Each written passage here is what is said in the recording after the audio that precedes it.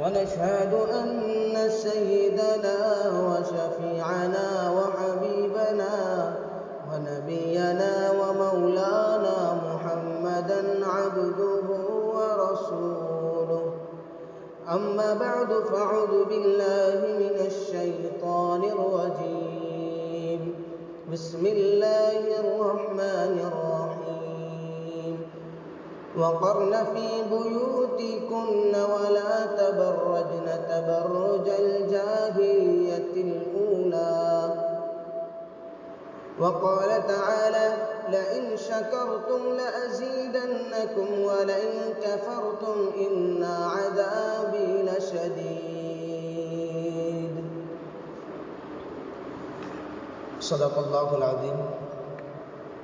اللہ رب العزت کا بے انتہا کرم ہوا، احسان ہوا، فضل ہوا کہ اللہ پاک نے ہم سب کو بہت ساری نعمتوں سے نوازا. اتنی ساری نعمتیں کہ اللہ تبارک و تعالیٰ قرآن کریم میں فرماتے ہیں: وَإِن تَعُدُّوا نِعْمَةَ اللَّهِ لَا تُحْصُوهَا. اگر تم میری نعمتوں کو شمار کرنا چاہو، اگر تم میری نعمتوں کو گننا چاہو تو گن نہیں سکتے. اللہ تبارک و تعالیٰ قرآن کریم میں فرماتے ہیں اتنی ساری نعمتیں اللہ تبارک و تعالیٰ نے ہم سب کو عطا فرمائی.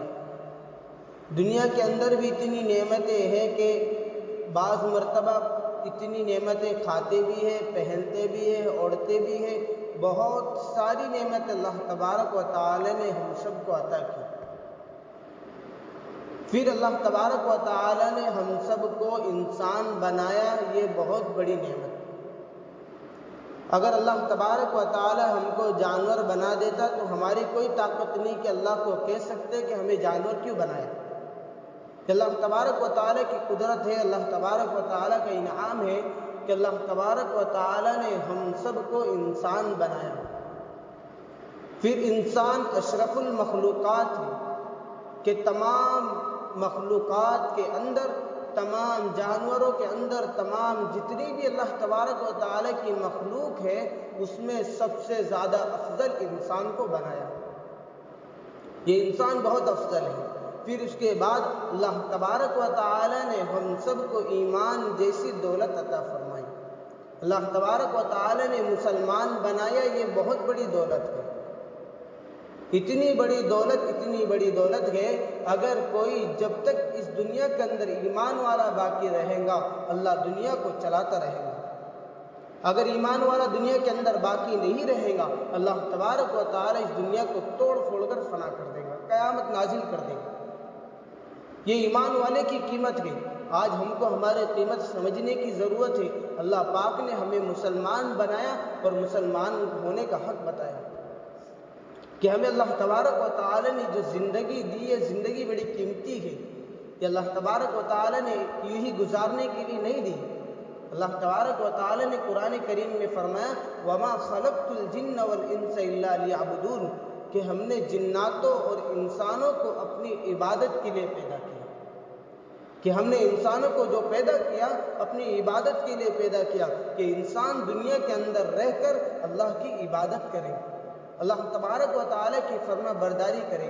ہم دیکھیں کہ ہماری زندگی کے اندر اللہ کے احکام کتنے ہیں. ہم نمازیں کتنی پڑھتے ہیں، ہم اللہ تبارک و تعالیٰ کے حکم کو کتنا پورا کرتے ہیں. اللہ پاک نے اتنی نعمتیں دی. اگر اللہ تبارک و تعالیٰ کی نعمتوں کی شکر گزاری کریں گے تو اللہ نعمتوں کو بڑھائے گا. اور اللہ تبارک و تعالیٰ کی نعمتوں کی شکر گزاری یہ ہے کہ اللہ تبارک و تعالیٰ نے جو حکم ہم کو دیا نماز پڑھنے کا، اس کو پڑھنا. یہ اللہ تبارک و تعالیٰ کی نعمت کی شکر گزاری کرنے کا مقصد ہے. اللہ تبارک و تعالیٰ نے قرآن کریم میں فرمایا: وَكَذَلِكَ يُتِمُّ نِعْمَتَهُ لَعَلَّكُمْ تُسْلِمُونَ. ایک جگہ اللہ تبارک و تعالیٰ فرماتے ہیں کہ اتنی ساری نعمتیں تمہیں دی. کیوں دی؟ تاکہ تم میرے فرما بردار بن جاؤ، میری عبادت کرنے والے بن جاؤ. آج ہم خود دیکھ سکتے ہیں کہ ہمارے گھر میں کتنے لوگ نماز پڑھنے والے ہیں. آج ماں فکر نہیں کرتی بچے کا کہ میرا بچہ نمازی بن جائے. ماں عورت فکر نہیں کرتی کہ میرا شوہر نمازی بن جائے.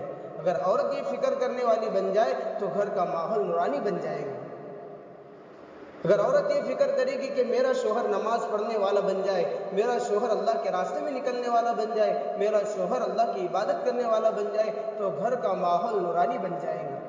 جب بیوی اٹھے گی، جب گھر کی عورتیں نماز پڑھنے کے لیے فجر میں اٹھے گی اور شوہر کو اٹھائے گی، تو وہاں سے محبت کے ذریعے شروع ہو جائے گی دوستوں، کہ اللہ پاک نے اتنی نعمتیں اس لیے دی کہ اللہ کی عبادت کرنا، کہ شوہر بھی ایک بہت بڑی نعمت ہے اللہ پاک کی، کہ اللہ پاک نے یہ شوہر جو دیا ہے بہت بڑی نعمت ہے، اس شوہر کو عبادت پہ لگانا یہ عورت کا کام ہے، کہ اپنے بچوں کو عبادت کے لیے کھڑے کرنا یہ عورت کا کام ہے۔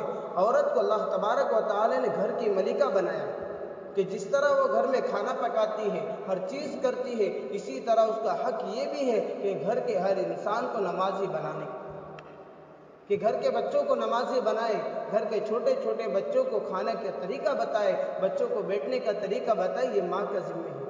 شوہر تو گھر کے باہر کام کرتا ہے، دن بھر کام میں تھکا ہوا آتا ہے، لیکن عورت کا کام یہ ہے کہ گھر میں بچوں کی تربیت کرے، اپنی بیٹیوں کی تربیت کرے۔ آج بیٹیاں کہاں کہاں گھوم رہی ہیں دوستوں، یہ ہماری فکر ہے کہ ہم اپنے گھر کے بچیوں کو اور اپنے گھر کے بچوں کو دیندار بنائیں، نمازی بنائے، ہم نماز پڑھنے والے بن جائیں گے، ہمارا دیکھ کر اور ہمارے بچے بھی نماز پڑھنے والے بن جائیں گے۔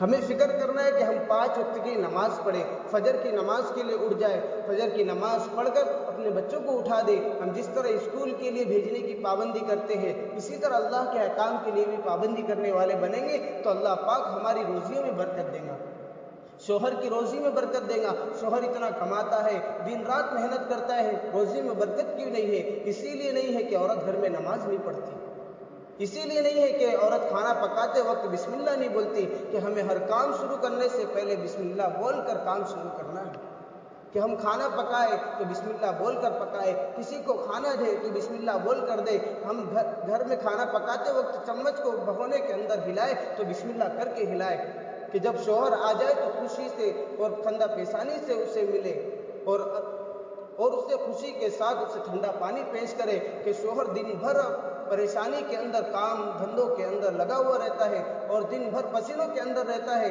جب گھر پر آتا ہے اگر بیوی اس کو محبت کی نگاہ سے دیکھے گی تو اللہ صدقے کا ثواب دے گا۔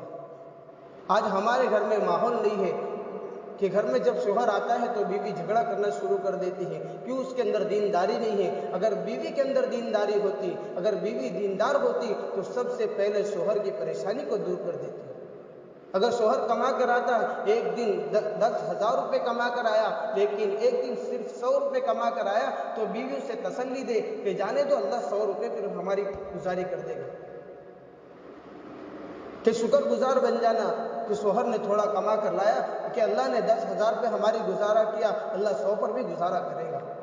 یہ ہماری فکر ہے، ہم تسلی دے شوہر کو، وہ دن بھر اتنی محنت کرتا ہے، اتنی کوششیں کرتا ہے، لیکن آج ہم اتنی ناشکری کرتے ہیں۔ یہ سمجھنے کی ضرورت ہے اور اپنے گھر کو نورانی بنانے کی ضرورت ہے۔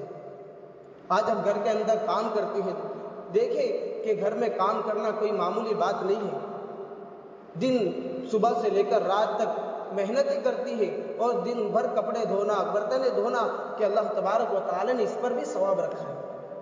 حضرت فاطمہ رضی اللہ تعالیٰ عنہ کہ چکی پیسنے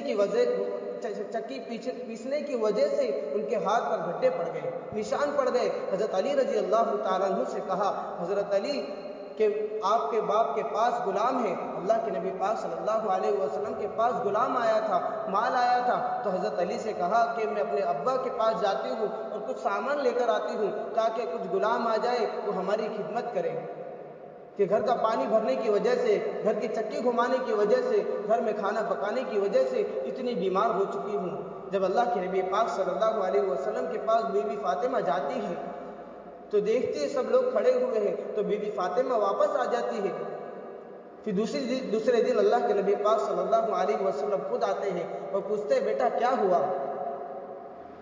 تو حضرت فاطمہ بول نہیں سکتی۔ حضرت علی رضی اللہ تعالیٰ نے ان کی زبانی کہا کہ آپ کی بیٹی دن بھر کام کرتی ہے اور اتنے کام کرتی ہے کہ پانی بھرنا ہے، چکی پیسنا ہے، آٹا پیسنا ہے اور گھر کے اتنے کام کرنا ہے، اتنے کام کرنے کے باوجود ان کے ہاتھ پر گھس گئے، ان کے ہاتھ میں کھڈے پڑ گئے۔ تو آپ کی بیٹی یہ چاہتی ہے کہ ایک غلام انہیں مل جائے تاکہ خدمت کرے.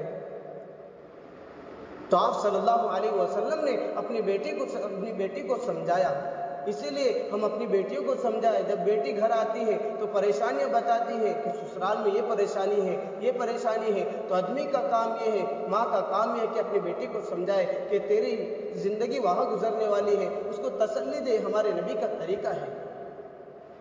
اس کو بتائے کہ تیری زندگی وہی ہے, تو تھوڑا کام کریں گے اللہ تجھے بہت ثواب دے گا.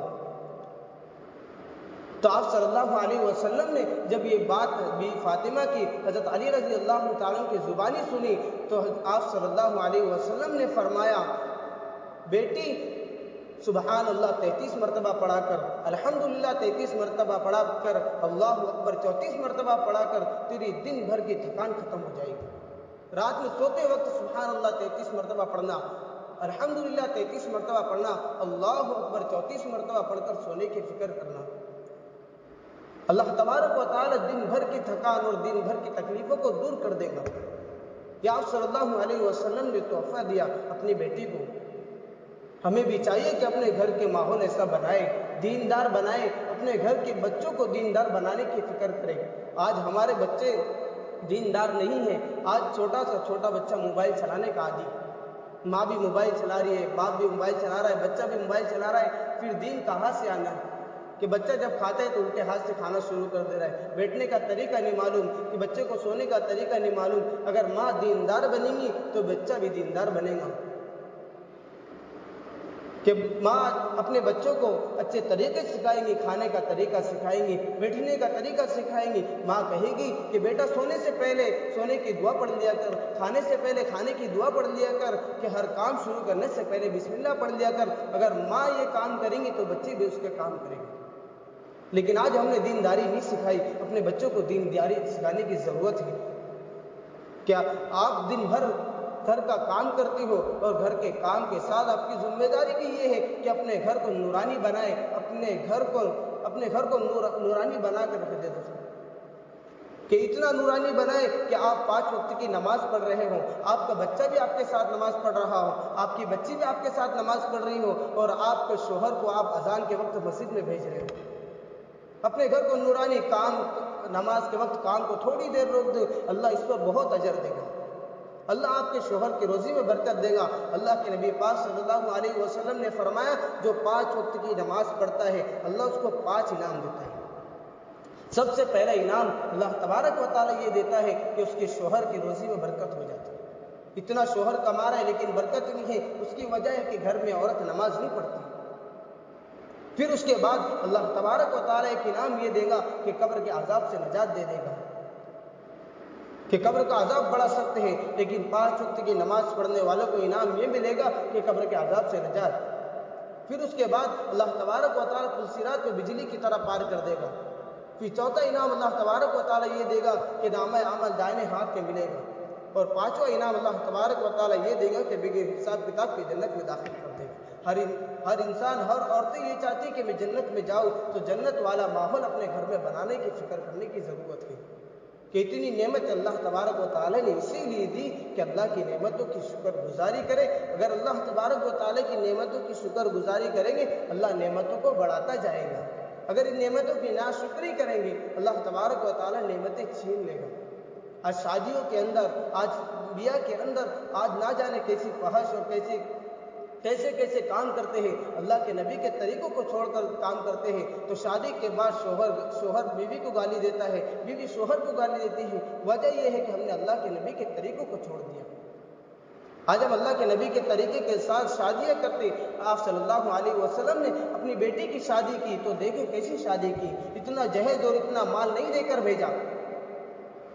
کہ اتنے جھگڑے اور اتنے فساد اسی لیے ہے کہ باپ اپنی بیٹی کی شادی سنت کے خلاف کرتا ہے, ماں اپنی بیٹی کی شادی سنت کے خلاف کرتی ہے. اس کی وجہ سے شادی کے بعد پھر تکلیفیں اور پریشانیاں آ کر ماں باپ کو سنانا شروع کر دیتی ہیں. اس کی وجہ ہی ہے دوستوں, کہ ہمیں فکر یہ کرنا ہے سب سے پہلے اپنے گھر کو ماحول بنائے، اپنے گھر میں یہ ماحول بنائے کہ ہمارے گھر کے ہر لوگ نمازی پڑھنے والے بن جائے، تسبیح کی پابندی کرنے والے بن جائے۔ اور میں نے بتایا کہ سبحان اللہ 33 مرتبہ پڑھنا ہے، رات کو سونے سے پہلے الحمدللہ 33 مرتبہ پڑھنا ہے، اللہ اکبر 34 مرتبہ پڑھنا ہے، اس کے بعد سونا ہے۔ اگر ہم پڑھ لیے تو سونے سے پہلے اپنے شوہر کو کہہ دے، اپنے بھائی کو کہہ دے، اپنے رشتہ داروں کو کہہ دے کہ آپ بھی پڑھ لیا کرو، کہ اس کے ماحول بنانے کی ضرورت ہے۔ اللہ پاک ہم سب کو عمل کرنے کی توفیق عطا فرمائے۔